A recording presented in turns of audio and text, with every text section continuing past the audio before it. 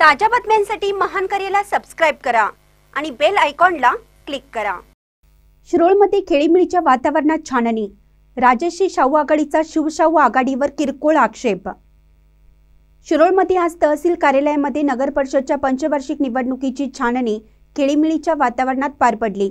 निवडणूक निर्णय अधिकारी तथा तहसीलदार अनिल कुमार हेळकर, अतिरिक्त सहाय्यक निवडणूक निर्णय अधिकारी तथा नायब तहसीलदार विनय कौलवकर, निवासी नायब तहसीलदार क्रांती पाटील यांच्या उपस्थितीत पार पडली। तिन्ही आघाडींनी कायदे पंडित यांची जोरदार फिल्डिंग ठेवली होती। सुरुवातीला नगराध्यक्ष पदाची छाननी संपन्न झाली। यामध्ये 7 उमेदवारांनी 9 अर्ज दाखल केले होते। यामध्ये योगिता कांबळे यांचा एक अर्ज अवैध ठरला, मात्र दुसरा अर्ज सर्व कागदपत्रे पूर्ण असल्यामुळे शिवशाही आघाडीतून पात्र ठरला। याबरोबरच ताराराणी आघाडी आणि राजर्षी शाहू आघाडीच्या नगराध्यक्ष पदाच्या उमेदवारांची सर्व कागदपत्रे पूर्ण असल्यामुळे वैध ठरले आणि कोणताही आक्षेप इतर आघाडींच्या वतीने घेण्यात आला नाही। प्रभाग 1 मधून ओबीसी मधून दाखल करण्यात आलेल्या पृथ्वीराज सिंह यादव यांच्या अर्जावरती आक्षेप घेण्यात आला। तो दाखला योग्य की अयोग्य ठरवायचा अधिकार निवडणूक निर्णय अधिकाऱ्याला नाही किंवा भविष्यात त्यांचे कॅश व्हॅलिडिटी होईल का नाही ते ठरवण्याचा अधिकार या पीठासनाला नाही।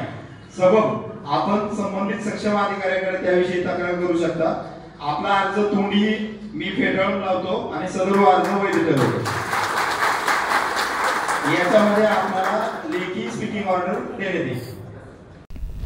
मात्र निवडणूक निर्णय अधिकारी तथा तहसीलदार अनिल कुमार हेळकर यांनी आक्षेप फेटाळून लावून सर्व कागदपत्रांची पूर्तता असल्याने पृथ्वीराज सिंह यादव यांचा अर्ज वैध ठरवला व लेखी स्पीकिंग ऑर्डर देण्यात आली।